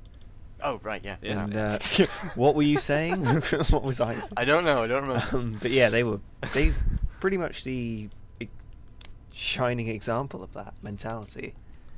Yeah, good job, Derangel. Yeah, it's true. It's true. And I remember speaking ill of the idea, the Blades were trying such drastic changes, but I was kind of proven wrong there. It worked for them. Yeah, it depends on your team and how well you know your team. Because if you're saying you don't know, if you're, especially if you're a new captain, and you've seen your team doing a certain thing, and you think, right, I want to change this, but what do I do about it? What do I change it to? Sorry, I'm getting weird messages over Steam. What do I change it to? How do I, what do I do? And then you go experimental. That is not a good idea. Mm-hmm. Because if they've been on build X or theme X for the last 3 or 4 seasons, there's usually a reason for that. And until you know your team better, it is a good idea to sit down and just work within those parameters. It's a really good place to start. That being said, when you have the amount of knowledge of the Blades that Derangel has, and the amount of experience within both the Blades and in testing that Derangel has, then it's probably not a bad thing to do. Especially, it's obviously not bad. Those builds have been working wonders. It makes you really unpredictable, and in the Blades' case, it's worked bloody wonders for them. It's been brilliant. Right. So, it depends entirely on how well you know your team, and that's not necessarily a case of experience in and of itself. Because there are some teams that I would say you still don't know your team after 3 or 4 seasons. You still have no idea about them. But certainly for Durangel and the Blades, that is certainly something that he can afford to do. And with the way that the Blades have been performing, it's doing well. It's not been silly changes in any way. It's not been. Well, for fuck's sake, what are you doing? Come on, it's silly. Well, and for the most part, I think it was just week 2 that was the huge change. After that, he's pretty much kept decent. I don't think he's made huge changes since week 2. I don't think so. I think I was looking at builds. I think he basically said, this works." Yeah, this works. Let's go with it for a few weeks, and then we'll change stuff later. So yeah, no, it's like I said, for some teams and for some coaches, it's no bad thing. Right. I agree. And with that, we may as well move on to the rankings as they are currently. We'll start with Northkai. We've got the Super Saiyans on top at 4-1, followed by the Gohans at 3-2, with Boo and Cold tied for last. Rebel, you're just spreading it to me. Boo and Cold at 1 and 4. In East-Kai, we have Blades also at 4-1, Namek at 3-2, Androids at 2 and 3, and Derp at 1 and 4. And then West-Kai, we've got the Valkyries at 4-1, Dragon Ball Warriors at 3-2, tied with Muscle as well, both at 3-2, and Saiyans at 2 and 3. And finally, South-Kai, Ginyu Force and Margins are tied at 3-2, Rugrats in third at 2 and 3, and the Earth Defenders at 1. Bottom of the worst division. I love how you could hear the smoke. What? Although I would say I'm very impressed with West-Kai. The most number of wins of the entire league so far out of all the divisions, and even the top team, the Valkyries, are only 2 games away from the Saiyans. So that division, I mean, in any of the divisions, anything can happen. But that division is certainly one that's. And it's interesting that West-Kai looks like it has the highest records right now. Yeah, of all divisions. Mm-hmm. Damn it, Northkai. Damn it, Boo and Cold, what are you doing? You're letting the division down. Anyway, now we may as well go to the questions. Good thing there aren't any, so we can. There are actually quite a few. There are actually a lot of questions. There's we will start with Havoc313, who posted on January 20th, 2014 at 12:37 a.m. Why are some characters in game are not in the league, like Omega Shenron, Baby, Super 17, and Gogeta? Overpoweredness, pretty much. Yeah, they're overpowered their in moves some are way. they're either their moves are too strong, or they have combinations they consistently use that are just too powerful to be fair. Yeah. We do have team players that are inherently better than other players. That's true. This isn't Tekken, where everyone's equal but different. That's not true at all. But there are certain characters where we look at and we say, look, every single one of their B2s has 2,000 base damage higher than everyone else. That's not fair. Yeah. So we don't allow them to be in the league. Yeah, fair enough. The next question by Gray. Actually, only like 20 minutes after Havoc's post. Isn't that weird? Oh yeah, there were a lot of things coming in directly after the matches finished. Yeah, I know. Yeah. With all the life regen in the league these days, for fuck's sake, what average damage done would you say is the point where it becomes acceptable?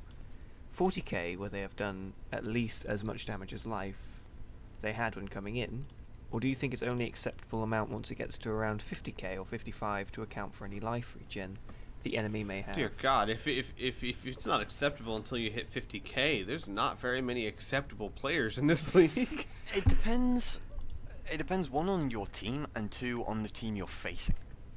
If you have players on your team that are consistently doing 20k, then 40k is not cool. Yeah, you need players then to make up for those players that are doing 50, 60, 70k. It is just, in order to even things out. However, it depends on the team you're facing. If you're facing Team Cold, a team that is all doing 40k points of damage is not good enough. You need to do more. Because one transformation means you lose. Right. End of story. Yeah. The same goes if you're facing the androids. Yeah. With Cell and Giro. If your team is only doing 160,000 points of damage, not cool. Not good enough. You need to do more. However, if you're facing a team that just doesn't use life regen and doesn't have any way of gaining health back, then yeah, that's fine. It's perfectly acceptable. Right. I think that overall team averages are more important than individual player averages, but if you had to press me, I would say 40,000 is acceptable under the impression that if everyone is at least at 40,000, some people will be higher and your team will be paying for themselves, basically. Yeah, agreed. I would say that to be happy with the way your team is doing, you would want everybody at least at 45, 50,000. Right. But I think that there are very few teams that are going to be able to even get close to that. And I think a lot of teams are going to have a couple of, and certainly do have, a couple of star players, and then a couple of not very good ones. But that depends. That depends entirely on the team and what they're gonna, how they build their characters and what sort of, how well they know certain players. Yeah, I mean, there isn't a single team. I mean, there's a couple that are nearly all at 40k each average, but there isn't one that is. So.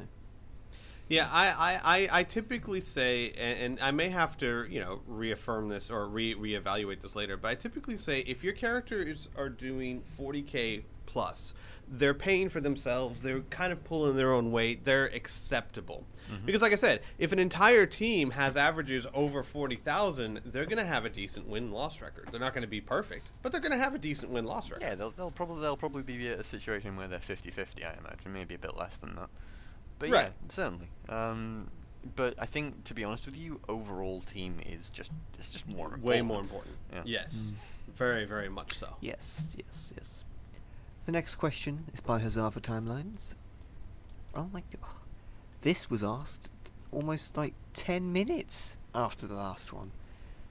God, my god. Is it relevant in like me answering a Jesus question as to when it was asked? Yeah, I know, right? I'm like, Do I care about It's this? actually incredibly important. I think I'll find. How do you... Okay, my question still stands. Do I care about this? It might be important, but do I care? How do you feel about the fact that Android 18 is now fighting in the minors? Bad luck or bad performances? Aren't they the same thing? bad performance. Okay, considering that a lot of this is based off of random number generators, is there a difference? Yeah, I don't think. That I mean, yes, obviously sometimes there's a difference, but in 18's case, I mean, part of it's just because it's not like they changed her drastically. Part of it's just her random number generator changed. yeah, changed the way it was doing things. Yeah. It's very unexpected. That's for sure. Yeah, and yeah, I think it's also a testament to how far the rest of your team's advanced as well. It's not. It's not. That's true. It's bad, but it's not. You can take some positives from it for the rest of your team. I'm. In and of itself, I'm surprised. In terms of the rest of your team, not surprised in the slightest. Because I think the rest of your team's done well. Yeah, I agree. Yeah. Oh Jesus! I just had a look at 18's average damage. It's Pretty 22,000. low, I imagine. 22,000 Yeah. a match average. It's pretty crap. Ouch. Anyway. Yeah. But they still have a 4-1 win-loss Yeah. record, so Yeah. Yep. go figure. To be Wolf asks. Now this was quite a while after. This was about 40 minutes, so Still don't care. pretty much just a slacking. A whole performance. 40 And minutes. well, that's what I thought, Squee. It's good someone appreciates it. Anyway, I don't appreciate it. do you feel that as we've just hit the 1/3 mark, the definite leaders of each division will keep going big, or do you feel that any of the teams lower in the rankings will find something that works that might help them get back into the remainder of the remaining 2/3? There are a number of factors that I've kind of touched on before when it comes to individual teams and why their win-loss records as they are. And Muscle is the perfect example of that one. In terms of teams keeping their lead in divisions, I would not be surprised in the slightest if Team Muscle not Team Muscle, fucking hell. The Super Saiyans. There we go. Oh. Same thing, basically. Wow. If the Super Saiyans kept their lead at the top of North Kai, I certainly also wouldn't be surprised if the Valkyries kept their lead at the top of East Kai, and I wouldn't be surprised if the Blades kept their lead at the top of East Kai and the Valkyries at West Kai, because I got the Valkyries wrong. I think that South Kai is going to change. I don't think that the Ginyu Force is yet good enough to stay joint top of South Kai, and I think the margins will probably extend the lead out there. That being said, some teams have had more difficult starts to the season than other teams, and those teams that have had more difficult starts might well either find something that works or are simply going to face less terrifying opposition, and might, in that case, have an opportunity to get back in the swing of things. There are also teams that are vice versa, have had an easier start to the season, and I imagine will start slipping once it comes to being further and actually facing those stronger teams. Right. But it wouldn't surprise me to see the leaders staying in the lead. But there are teams that I think that are doing. It's not necessarily that they're doing badly, just are getting a bit unlucky, and have the potential, like the Saiyans, for example, but then have the potential to just be amazing, like they were at the end of last season. I don't know what else to add to that. Hi. Yes, I would not be surprised if the teams that are on top stay on top, but I also wouldn't be surprised if we see complete shifts, maybe. But one or two teams that were at the bottom start going towards the top, and I mean, because it's happened every season. There's been late bloomers every single season, so it's not like it'd be anything new. Saiyans. Right? They better hope they're late bloomers again. Yeah. I think some divisions will stay the same, and then some will change. That's pretty much my opinion. I hope some divisions stay the same, and others will change. But, I mean, yeah, I would say that's most likely, judging by the closeness of some. I was gonna say, and divisions. some of the divisions are so close that really, I mean, one or two matches and the whole division changes. Yeah, like South Kai, West Kai. Yeah. Maybe not North Kai, but whatever. That's what I mean. See, there'll be definitely one in. It depends on the division, basically. That's what I'm trying to say. Right. No, I don't think it does. Our next question is by Private C Ryan 502, January 20th, 2014, 5:42 p.m. Quite a while after the last question, if I may say so myself. Okay, so here's a few. The first one is, what do you prefer in the personality of teams? A great deal of humility or arrogance? What team has arrogance? So, what are we talking about? That's not an arrogant team. I plead the fifth. I'm sorry. I can't quite hear you. I plead the the fifth. call's breaking up. No, I still can't hear you. I plead the fifth. You agree No. with me? Mm-mm. Yeah, No. fair enough. Yeah, okay. That's a statement that is so ridiculous it would never pass the lips of anyone, HJK. Not even in your dreams to say I agree with HJK. That's Again, ridiculous. something's happening here. I guess the viewers will probably realise this in the Zcast. I have cut them out because it was really staticky. So, Yeah, that's fine. Let me just yeah, go admin CP HJK561. out of spite, you're going to delete my Oh no, I'm not going to delete your account. I'm just going to make it so you can't see anything on the forums. Because then, obviously, if I deleted your account, you could just make a new one. I mean, God, it'd be silly. Well, it'd be kind of annoying because I wouldn't be able to get into the Super Saiyans one. Hey guys, I'm HJK, definitely HJK. Hi. Whatever. Anyway, an actual answer.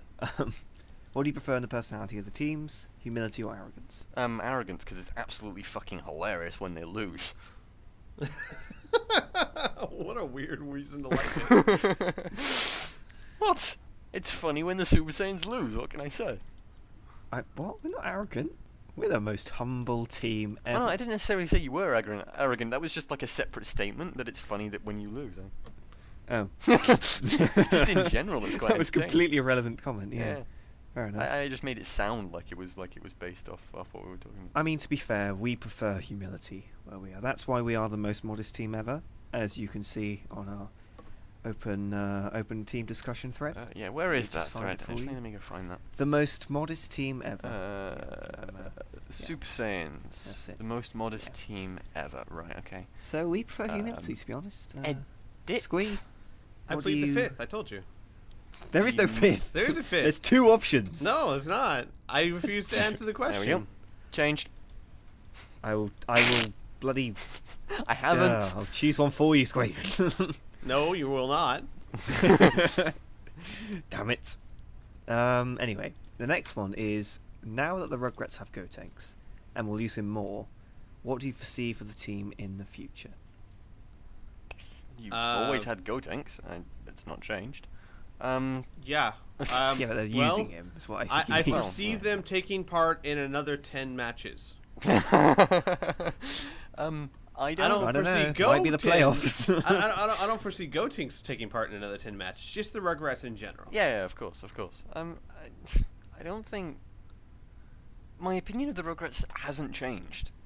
To be perfectly honest with you, like, there's still a team that has an awful lot of potential, but needs a lot of work to unlock that potential. The fact that they're suddenly doing what they should have been doing to begin with and using Gotenks doesn't change anything. Anything I was expecting of the Rugrats generally assumed that they were going to be using Gotenks to a reasonable level of potential. My opinion of the fact that Gotenks is now actually being used, it doesn't change anything. You know, my opinion, whilst Gotenks wasn't being used and was being said, you know, we're not going to use Gotenks, would have been dropping dramatically if you'd have said that. But you didn't, and my opinion hasn't changed. I got nothing else, I'm sorry. Yeah. I don't know. I mean, I don't know what to foresee with the team. Gotenks, despite him doing well recently, most of the time hasn't been doing good if we take his performances over the last 3 seasons. So it wouldn't surprise me. I don't want it to happen, but it wouldn't surprise me if he started not doing well. I don't foresee. No, it wouldn't surprise me if Gotenks stopped doing well. He's an incredibly unreliable character, but because you can't test him. Yeah, can you can't That's test him the problem. properly. Yeah. Yeah. It's very tricky to get him right. but you know, even if they get him to a point where he's just a decent character, that's good for them If I had to put, because he's got trust and health. yeah, well, Well, he's got the yeah. health of 2 players. So if he's decent by Right. player standards, he's still doing 2 players of damage. So awesome. And if you give him something If I like had health to- regen, there's more potential there. Which If I had to put like a number Mm. or something or an objective marker on it, I would say that the Rugrats will be. They're in South Kai, aren't they? yeah, You know, it's South weird. You guy, guys, that'll be you guys said second. that you can't test them. I don't see why they couldn't test Gotenks. It's can't more, they- It's more they could difficult. look- It's more difficult if you put like Goten and Trunks on 2 different AIs, because 2 different players, 2 different AIs. Right. Then that's a lot more difficult because if you put Goten on Krillin and Trunks on Tien, which AI does it take? We don't know. Right. We have no way of finding that out. And that's So- true. But like, and I don't think I've ever seen the Rugrats do this. There's no reason why they can't request AI tests for Gotenks. No, absolutely not. And because if they're like, look, Gotenks is coming out consistently, let's go ahead and see what AI works best with Gotenks and put that AI on both Goten and Trunks in the with the idea that they're going to go Gotenks. That might not be such a bad idea, and I've never seen them try it. No, Gotenks is still a character. You're still allowed to test him. The same rules Yeah. as applies to everybody else. I mean, maybe they didn't know that, but definitely you can still test Gotenks, especially on AI. And if you can get him to come out consistently like he has been, might not be such a bad idea. No, definitely not. It's like trying to do tests for when Goku goes Super Saiyan 3, though. I mean, it's just you won't risk it because if you did that, if you try to test it for Gotenks and then did it on Goten and say Goten just gets annihilated immediately, that's But a see, here's hell the of a thing. lot worse. Here's the thing.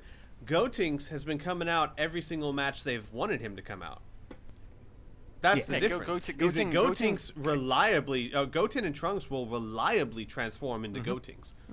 They will. That's the not all the difference. time. Not all the No, time, I but said reliably. reliably. I There's a said difference. reliably, not inevitably. He's only transformed twice in the season. He's They've only used been him twice. they've only had the option to go twice this I season. know, yeah, but you couldn't say So that's a 100% reliable record, opinion. mate. You That's, can't say not that's... to mention every time they tried to get him to come out in the preseason, he also came out.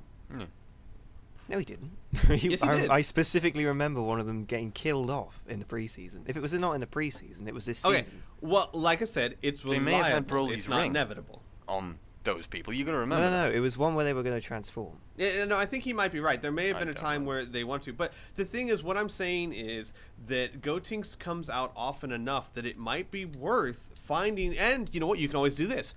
Start backwards. Find what AI works on Gotenks, and then test and see if they do decently well on Goten and Trunks. This is something you can do, and you might be able to find an AI that works on Goten and Trunks and does amazingly on Gotenks. That What is- I'm saying is there's potential here that I don't think they've explored. No, agreed.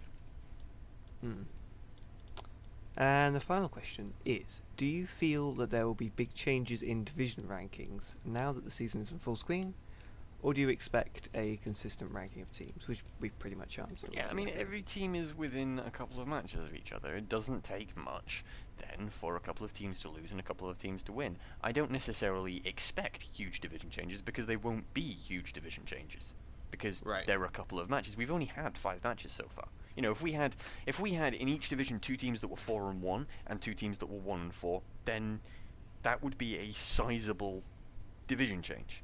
You know, for the teams that are 4-1 to suddenly be at the bottom, yeah, that would be a pretty fucking big division change.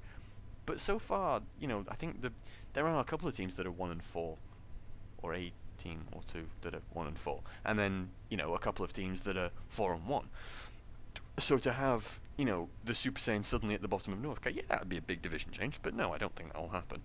But for the rest of it, you know, for the most part, any division changes are not going to be particularly big. Mm-hmm. Ask Yeah. us again in like week 10 or something. What, if there's going to be any big divisional changes in Yeah. the next 5 weeks? Yeah. I doubt it. Funnily enough. I'll hold you yeah, to that. I don't really have much to add to that. So what's the next question? Is by Sith Spawn. It was actually asked yesterday at 4:06 p.m. 306. So quite 4:06. Quite a big gap. Clock's wrong, everybody. Rebels clock's wrong, everybody. Who are your 3 most valuable players in the league right now? Not Wait. necessarily. I mean, per our team or just the 3 best players of the league? Well, in brackets, as I was reading, Okay. not necessarily the top 3 in Shouldn't have damage. paused then, should you? I You was don't doing it need for to breathe. What is wrong with you? Yeah, Swear God. to Christ. Not necessarily the top 3 in damage, but the 3 players who do the most for their teams and are consistently game changing. That's what he said. Chi-Chi and Goku. And... That's true. Hercule. yeah, yeah, it's pretty true. If I were to answer the question honestly, I would say Cyborg Tao, believe it or not.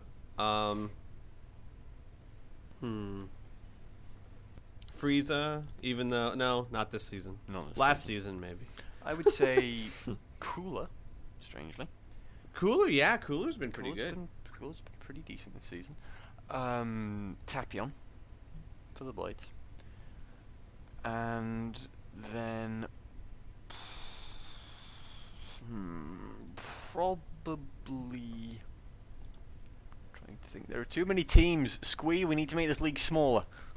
I know. This is going to be a thing now. We're making this league. We're halving this league. Okay, we're making it smaller. I'm trying to think of a third player, and it's not really working out for me. Maybe Gotenks even.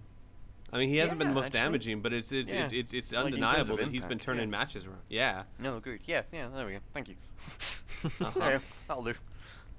I Anytime. would say Nam, 17, and a Rayleigh for my 3. But 17, well, okay. All right. The next question is also being third of the way through the season. Who would you pick to make it to the semi-finals from what you've seen so far? From those four, which two would make it to the Tenkaichi Bowl? Super Saiyans, Valkyries, Blades, Margins, and then it'll be a final of the Blades versus the Margins. Margins, really? The Margins. I mean, they've only had like one good match all season. They've won 3 out of their 5 matches. Margins, Ginyu. really? Oh, Yeah. Never mind. So Ginyu. Yeah, but I think Margins are the better team. Yeah. Well, if we look at it, I mean, I wouldn't be surprised to have any of those 4 teams in the finals. You know, but if you're talking about semi-finalists are champions of each division, that's the way it's always been done. So, in terms of those teams, yeah. In terms of those divisions, there were no... The rest of the teams in South Kai may have close or decent enough win records. You know, the Ginyu Force might have the same win-loss record as the Margin, but the Ginyu Force, you put the Ginyu Force up against Margins, 9 times out of 10 the Margins beat them. Right. Even with performances like they had last week, the Margins would still win that.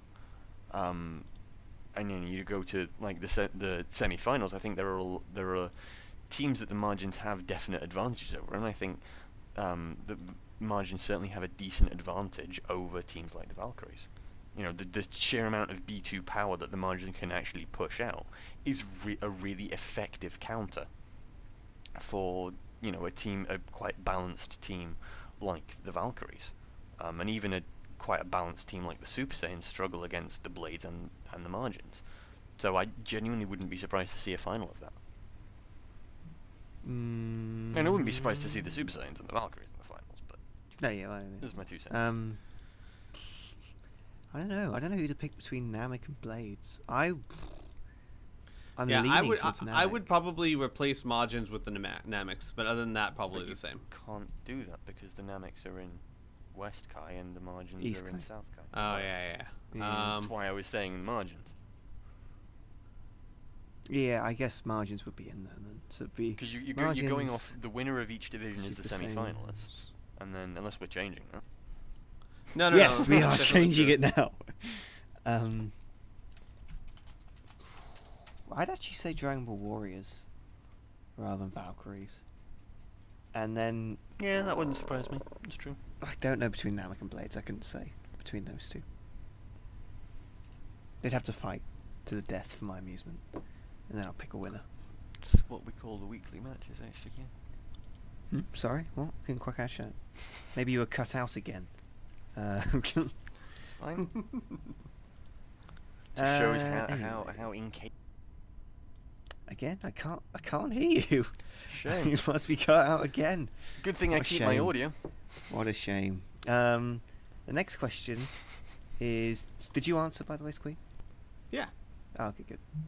Vindicated57 yesterday at 7:49 p.m. asked, "What do you think of the Fantasy League?" I think it's fun. I actually haven't been keeping up too much with it, but I enjoy it. I'm glad people are having fun with it. Yeah, it's certainly interesting. Although, like Square, I haven't been keeping up with that. But yeah. I think it's. I mean, I am suffering from the curse of every single Fantasy League I've ever done, which is lose. Your players. All the time. I always pick the ones that just for some reason this season won't do well. But yeah, I mean, it is fun. It's still fun.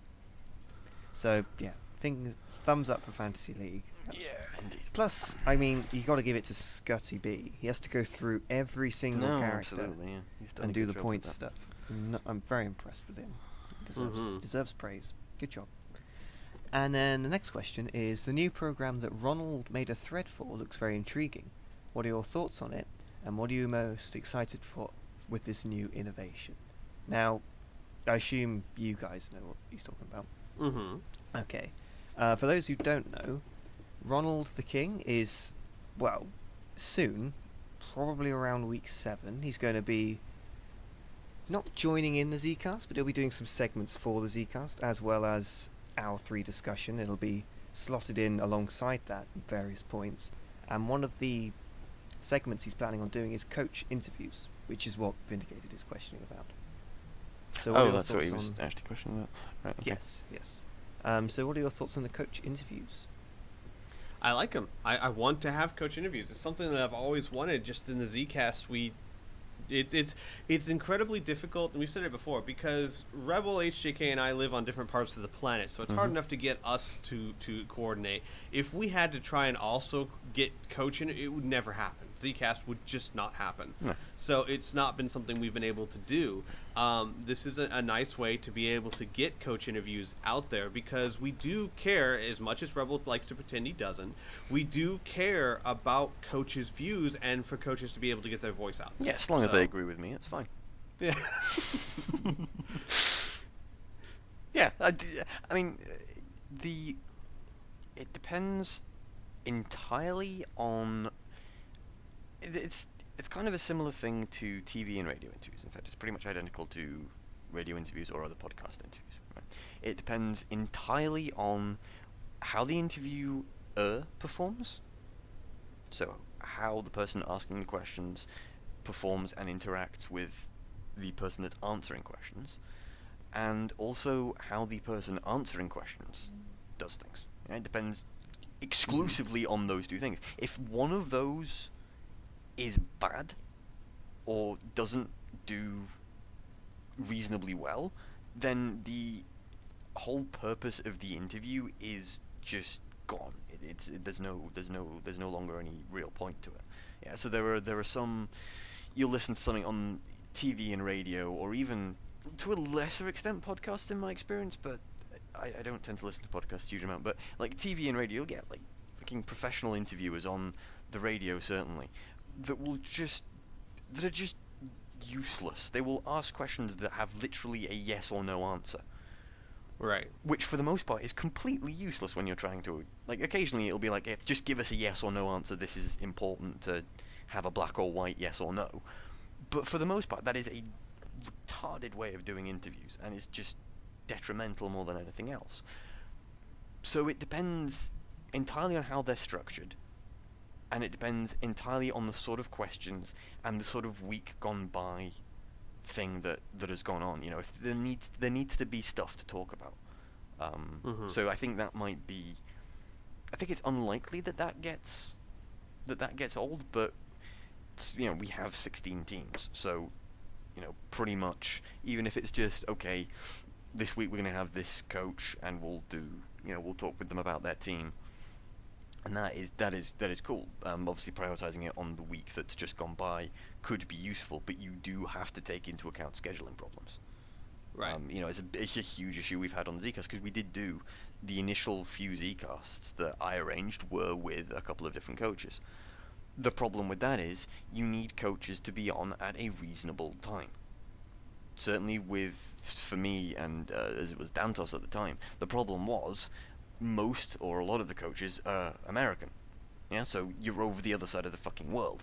And unlike Squee, most Americans don't keep the same hours as Squee does and are willing to do 2-3 hour long Skype calls. It's true. I'm amazing. That's the word I was thinking of. But then again, you have to consider that also, you know, a lot of Brits are not the same as I am, whereas I will quite comfortably stay up and for 24 hours up until 6, and then still do university, and then still do the rest of the stuff. I'm hugely flexible with my time now because I'm no longer at home. Let's go back to the part where I'm amazing. We should just end the Zcast on that, shouldn't we? It is difficult. Also, we should point out that in addition to coach interviews, if things go the way that we want them to, he'll also have segments like maybe top 5 derps of the week, maybe top 5 They will awesome definitely moves of the be week, those in there, which is yeah. also fun stuff. It's not like it's nothing that's needed, but it's fun, and if it works well, it should be entertaining. Yeah. So What I will say is, with everything new that ever comes up, and just life in general, I'm hugely skeptical, but it has potential. I will say that.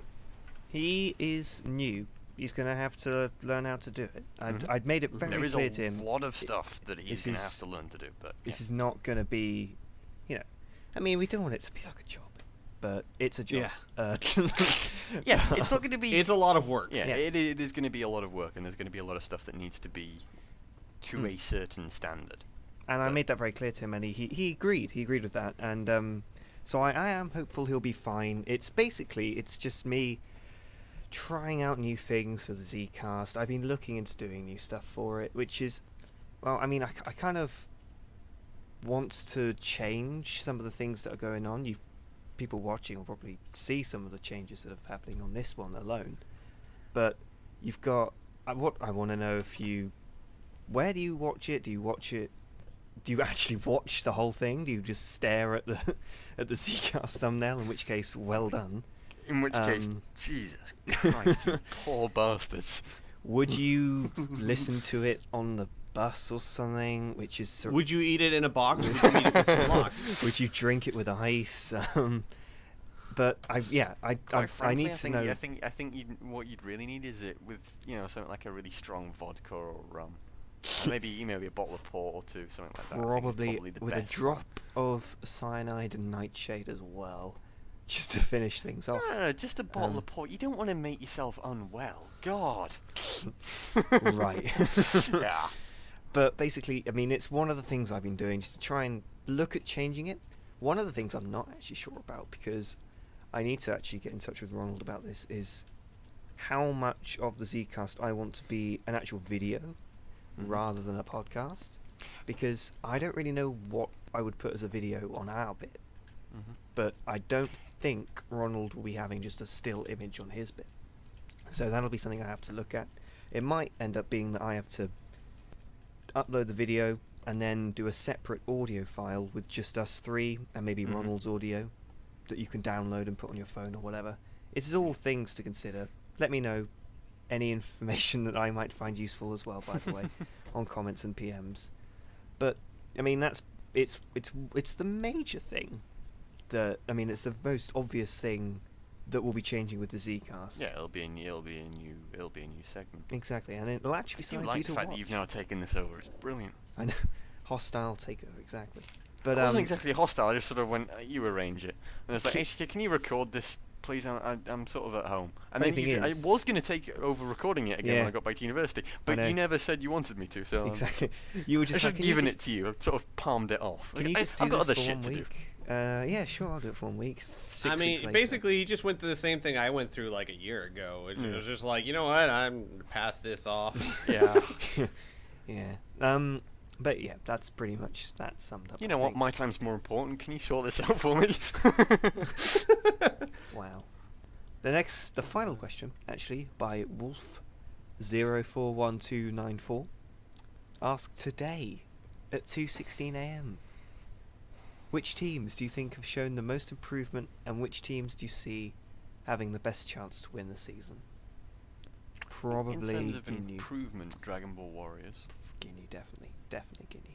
Ginyu have shown a good amount of improvement this week, but I'm not convinced it will. Earth Defenders. I yeah. hope it will last. I mean, come on. No offense, Burnerator, but professional. Now you need to actually win it, and Yeah, now you need to win it and prove me wrong. That would be fucking hilarious. I'd love that. Honestly, I would the best chance to win it, I'm not going to call, because I have no idea who's going to. I think best chance to win it probably are the Super Saiyans, to be honest with you. And so just in terms of pure consistency, All right. Yeah. I think like the Blades probably are the next best team at the minute. But again, that has the potential to change. So The most improvement, though, definitely is Dragon Ball Warriors. definitely, absolutely, Yes. they're phenomenal. Yes, definitely. Who do you think has the best chance to win the season, Squee? Derp. Right now, actually, I'm gonna say Val's. Wow, really? Yeah. Mm. I mean, that could change very quickly. May I ask why? Look at how they've been performing. They have a great win record. They've gone up against decent opponents. They've been doing really well overall. I think that if they keep this up, they are my favorites to win the Tenkaichi Bowl. Now, Wow. that could change very, very, very quickly. I think that's Wow, okay. what I I think. actually find that quite surprising, but yeah, cool. Fair enough. And now I guess we move on to predicting next week's matches. Yeah, that's the thing we have to do. That's Come right. on. It's just Just crawl over there. Oh dear. Right. First match: Rugrats versus Cold. I think Cold's got this one. I don't know. Rugrats have been doing really well. Mm-hmm. And Cold has not. Yeah, it's true. I am going to stick with the Rugrats this week. Yeah, I'm gonna say Rugrats too. Okay. Next match is Margins versus Valkyries. Yeah, you know those test matches I was talking about? Those matches that are going to be difficult? This is one of them for both teams. Mm-hmm. Agreed. And I think this is gonna be a close call. I think Margins. Vals, maybe. Yeah, Valkyries. Okay. What did you say, Rebel? I said Margins. Right, okay. Cool. The next match, Dragon Ball Warriors versus the Saiyans. Dragon Ball Warriors. Dragon Ball Warriors. I think it'll be close, but Dragon Ball Warriors, yeah. Next is Boo versus Super Saiyans. Super Saiyans. Super Saiyans, yeah. I mean, I gotta go Super Saiyans. Earth Defenders versus Gohans. Gohans. I'm gonna say Earth Defenders, actually. I think that they showed real promise last week, and if they can do that again this week, I think they can beat the Gohans. I hope you win, but I gotta say Gohans, unfortunately. Next match That's fine. is Muscle versus Blades. Blades.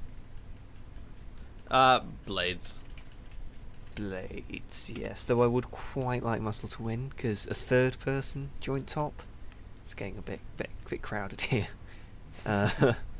The next match is Fucking Derp. hilarious if you lose. I know, I was literally thinking the same thing.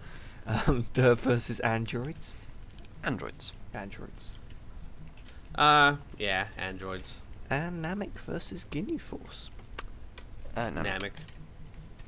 Yeah, I'll say Namek as well. Okay. Good luck, Ginyu Force. So that's it. Week 6 has been done. Post Week 5 Zcast is complete. Obviously, let me just double check when the next one is. It should be on Sunday, 4 o'clock Central Time. It has been for the past 5 weeks. Which I've been decently you consistent. have actually, which is Amazing, very yeah. convenient because I've been putting up little events saying when it is, and I'm praying you don't get it wrong, or I don't get it wrong rather. But yeah, that'll be when Week 6 is broadcast. But that's it from us. Say goodbye, guys, Bye, guys. and we'll see you next week. See ya.